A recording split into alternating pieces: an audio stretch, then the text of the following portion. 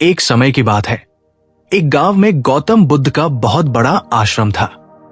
वहां पर एक प्रसिद्ध बौद्ध गुरु रहते थे। वहां पर उनका एक शिष्य था जो कि बहुत बोलने वाला था। वो हर समय इधर उधर की बातें करता था। जब वो दान लेने के लिए जाता था तो हर घर से एक नई कहानी लेकर आता था और आश्रम के दूसरे शिष्यों को सुनता था।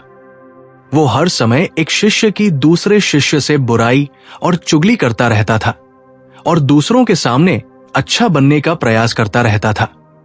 खुद के मुंह से ही खुद की तारीफ करता रहता था और हमेशा ही खुद को गुरु के सामने सबसे बुद्धिमान और उत्तम साबित करने का प्रयास करता रहता था। वो खुद को सभी शिष्यों से अलग और श्रेष्ठ मानता था। उसका कहना था कि मैं एक अमीर घर का बालक हूं। अगर मैं चाहता तो एक आरामदायक और सुविधाओं से भरा जीवन जी सकता था, लेकिन मैं वो सब छोड़कर यहां आया क्योंकि मुझे सत्य की खोज करनी है, खुद को जानना है, जीवन को जानना है। इसीलिए मेरा त्याग तुम सबसे बड़ा है। एक दिन गुरु ने आश्रम के सभी शिष्यों को बुलाकर कहा, आप सभी को अगले 1 महीने के लिए कोई संकल्प लेना है। इससे आपकी संकल्प शक्ति मजबूत होगी और आप में आत्मशक्ति का संचार होगा। आप सभी अपने समर्थ के अनुसार कोई भी संकल्प ले सकते हैं और यदि 1 महीने से पूर्व किसी का भी संकल्प टूट जाएगा तो वो अपनी दिनचर्या में वापस आ जाएगा। सभी शिष्यों ने अपनी शक्ति के अनुसार छोटे बड़े संकल्प लिए और गुरु को अपने अपने संकल्प के बारे में बोलकर वहां से चले गए। लेकिन वो शिष्य जो खुद को सबसे अलग और बड़ा दिखाना चाहता था, वो सीधे गुरु की कुटिया में पहुंच गया और बोला, मैं कोई छोटा मोटा संकल्प नहीं लेना चाहता, बल्कि खुद की ही जैसे एक बड़ा और महान संकल्प लेना चाहता हूं। कृपया आप ही बताएं मुझे क्या संकल्प लेना चाहिए। उसकी ये बात सुनकर गुरु मुस्कुराए और बोले, क्या तुम मेरे द्वारा दिए गए संकल्प को पूरा कर पाओगे? क्या तुम्हारे लिए उसे पूरा करना संभव होगा? शायद नहीं। वो तुम्हारे लिए संभव नहीं है, तुम उसे पूरा नहीं कर पाओगे। इसीलिए तुम खुद ही कोई संकल्प ढूंढो। शिष्य ने कहा, नहीं गुरुदेव, आप जो भी संकल्प मुझे देंगे मैं उसे पूरा करूंगा। गुरु ने कहा, ठीक है, तो तुम अगले 1 महीने तक चुप रहो, मुंह से एक शब्द भी नहीं निकलो, यही तुम्हारा संकल्प है। शिष्य ने कहा, गुरुदेव, ये भी कोई संकल्प है? ये तो बहुत ही आसान है। 1 महीने तक चुप ही रहना है। आप कोई बड़ा संकल्प दीजिए जो मेरी योग्यता के लायक हो, जिसे पूरा करने में मुझे समस्या हो। गुरु ने कहा, पहले तुम यही संकल्प को तो पूरा करके दिखाओ। शिष्य ने गुरु की बात मान ली और वो इस समय चुप हो गया और पलटकर कुटिया से बाहर चला गया। पहले उसे चुप रहना बहुत आसान लग रहा था। उसने एक दिन तो जैसे तैसे चुप रहकर काट लिया, लेकिन दूसरे दिन से उसके मन में ना बोलने का बोझ बढ़ने लगा।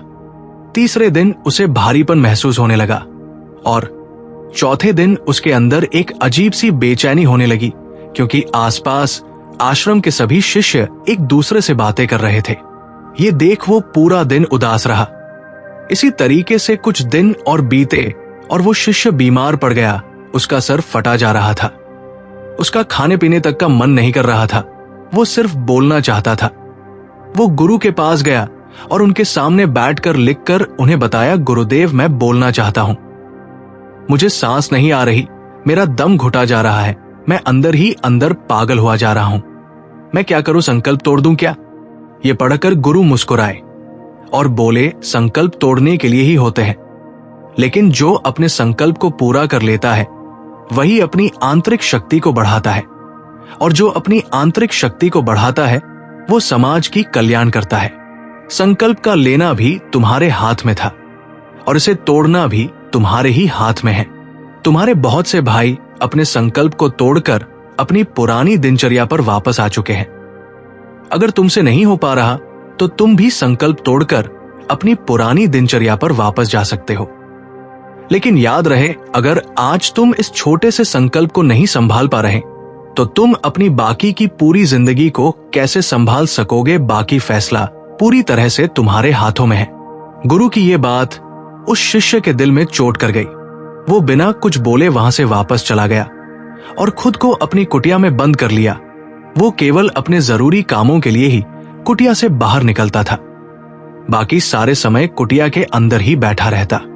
15 दिन बीत चुके थे और आश्रम के लगभग सभी शिष्यों का संकल्प अब तक टूट चुका था, लेकिन उसका संकल्प अभी भी जारी था। संकल्प लेने के बाद से अब तक उसने एक शब्द भी नहीं बोला था। सारा आश्रम हैरान था कि इतना बोलने वाला इंसान चुप कैसे हो गया। 15 दिन बीतने के बाद वो दोबारा अपने गुरु के पास गया और लिखकर बताया है, गुरुदेव, मैं बाहर से तो चुप हूं, लेकिन मेरे भीतर बहुत सी आवाज है, बहुत सी चीज, पुकार और शिकायतें हैं। मैं अंदर ही अंदर बात करता रहता हूं। मेरा मन तरह तरह के प्रश्न पूछता रहता है। मैं बाहर से जितना मौन हूं, भीतर से उतने ही शोर शराबा से भरा हुआ हूं। क्या इस तरह से मेरा संकल्प अभी भी जारी है? गुरु ने कहा, तुम्हारा संकल्प अभी भी जारी है, लेकिन जब तक लोगों की यह आवाज तुम्हारे कानों में गूंजते रहेंगे, तुम्हारा मन बोलता रहेगा, क्योंकि इसे तो आदत है बोलने की। तुम भले ही बाहर से चुप रहो, लेकिन तुम अंदर ही अंदर बोलते रहोगे। तुम्हें इन बातों से, इन आवाजों से दूर जाना पड़ेगा। शिष्य गुरु को प्रणाम कर वहां से चला जाता है और सुबह होते ही अपनी कुटिया छोड़कर जंगल की तरफ चला जाता है। कई दिन बीत जाते हैं, संकल्प का समय भी पूरा हो जाता है, लेकिन शिष्य लौटकर नहीं आया। आश्रम में सभी को डर था कि कहीं उसको जंगली जानवर ने खा न लिया। उसे ढूंढने की बहुत कोशिश की गई, लेकिन वो कहीं नहीं मिला। सभी गुरु भाइयों ने मान लिया था कि जंगली जानवरों ने उसे अपना शिकार बना लिया है, लेकिन गुरु को ऐसा नहीं लगता था। एक दिन आश्रम का एक अन्य शिष्य गुरु के पास आया और बोला, गुरुदेव, हमारे उस अधिक बोलने वाले भाई के साथ क्या हुआ होगा? क्या जानवर ने उसे मार दिया होगा?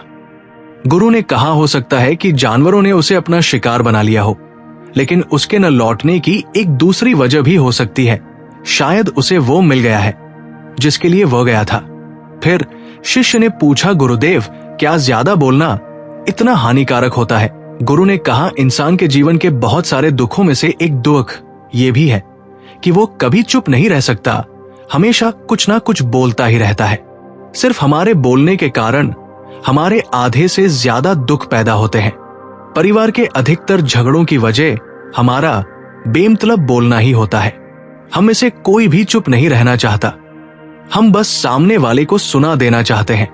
जो भी हमारे मन में है सब निकाल कर उसके मन में बैठा देना चाहते हैं। उसे समझा देना चाहते हैं कि देख, तू गलत है और मैं सही। और इस तरीके से सब एक दूसरे की सारी गलत बातों को ग्रहण कर रहे हैं। इस तरीके से सुनने और सुनाने का ये काम जिंदगी भर चलता रहता है। लेकिन इस ना समझी में हम अपना समय, अपना जीवन, अपनी समझ और सबसे महत्वपूर्ण वक्त को हम खो देते हैं। लेकिन इसके बदले हमें मिलता क्या है? कुछ नहीं, सब व्यर्थ और बर्बाद हो जाता है। इस पागलपन में हमने क्या खो दिया, इसका एहसास केवल कुछ ही लोगों को हो पता है। बाकी लोग जैसे उन्हें अपने आने का पता नहीं, वैसे ही उन्हें अपने जाने का भी पता नहीं चल पाता। शिष्य ने कहा, तो फिर इसका समाधान क्या है? गुरु ने कहा, पूरी जागरूकता के साथ अपने विचारों को देखना ही एकमात्र तरीका है। सारी मानसिक समस्याओं का वर्तमान में रहकर चिंतन करना, पूरी जागरूकता के साथ अपना काम करना जिंदगी में चमत्कारिक बदलाव ला देता है। उसके बाद वो शिष्य गुरु से अपने प्रश्नों का उत्तर प्राप्त कर उनको प्रणाम करके वहां से चला गया। उस शिष्य को आश्रम छोड़कर गए हुए 3 महीने हो चुका था, लेकिन उसकी कोई खबर न थी। तब तो सभी गुरु भाइयों ने भी उसके वापस लौटने की उम्मीद छोड़ दी थी। लेकिन एक दिन वो आश्रम लौट आता है। उसे देखकर सभी के आश्चर्य और खुशी का ठिकाना ना रहा। लेकिन अब वो वैसा नहीं था जैसा गया था। वो बिल्कुल बदल चुका था। वो कुछ और ही बनकर वापस आया था। उसके अंदर एक गजब का बदलाव महसूस किया जाता था। उसके चेहरे पर एक गजब का ठहराव और आंखों में बनी शांति थी। आश्रम में आते ही सभी गुरु भाइयों ने उसे चारों तरफ से घेर लिया और बातें करने लग गए। वो भी अपने गुरु भाइयों से बातें करने लगा। उससे बात करने वाले सभी ने ये अनुभव किया कि अब वो पहले जैसा उतावला और बातूनी नहीं रह गया था। उसके मुंह से एक एक शब्द बहुत ही सरल और मधुरता के साथ निकल रहे थे। थोड़ी देर तक गुरु भाइयों से बात करने के बाद वो सीधा गुरु की तरफ चला गया। उसने गुरु के चरण छुए और कहा, गुरुदेव, क्या मैं अभियान में हूं? क्या अभी मेरा संकल्प जारी है?